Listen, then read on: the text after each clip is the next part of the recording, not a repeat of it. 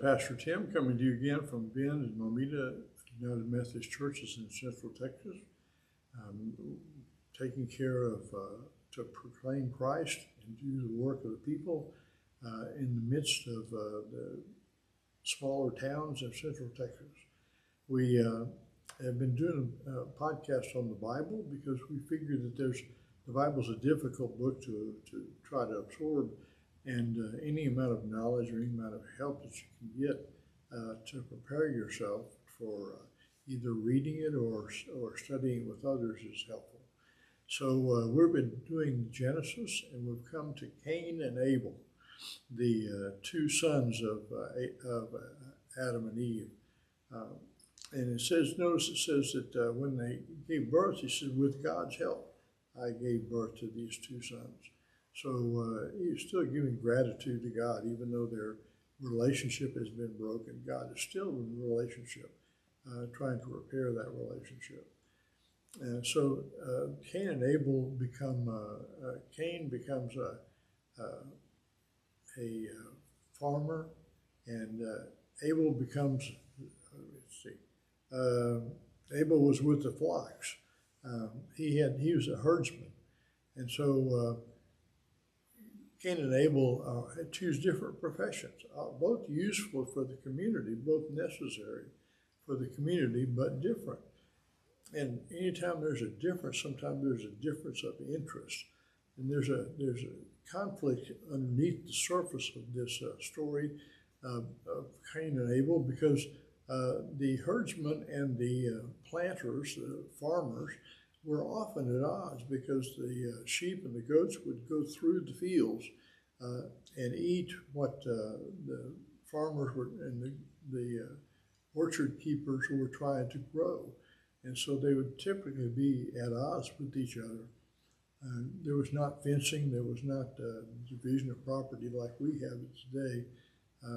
Although you could say that our history is a history of grazers and growers not getting along.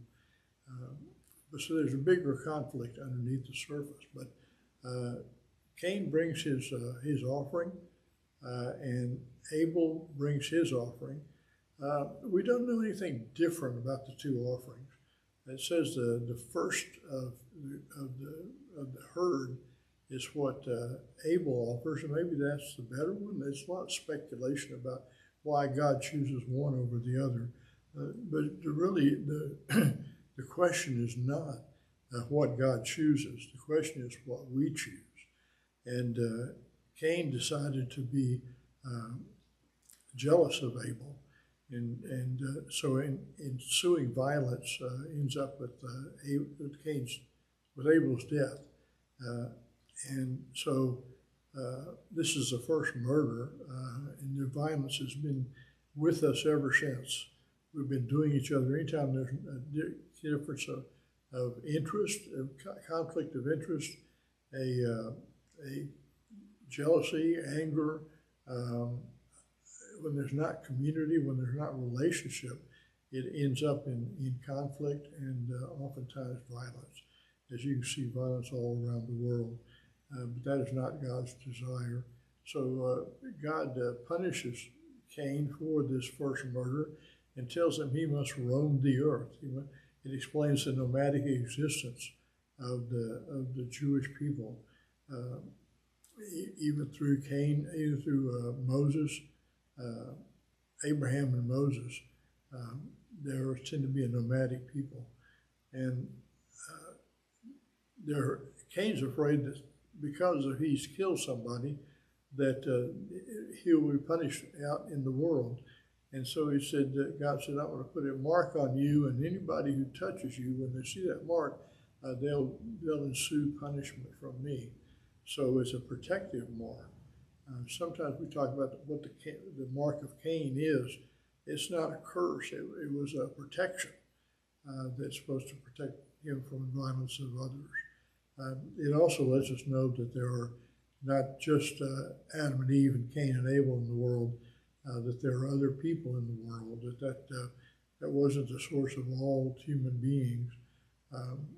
That's why he's afraid to go into community, and God sends him out.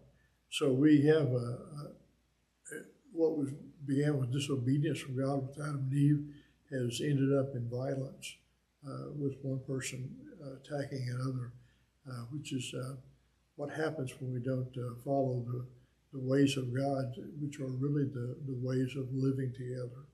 So that's division was created, the first murder, and all the successive murders. So we're going to have to do something about that, and that'll come later in Genesis. I'll see you next time then.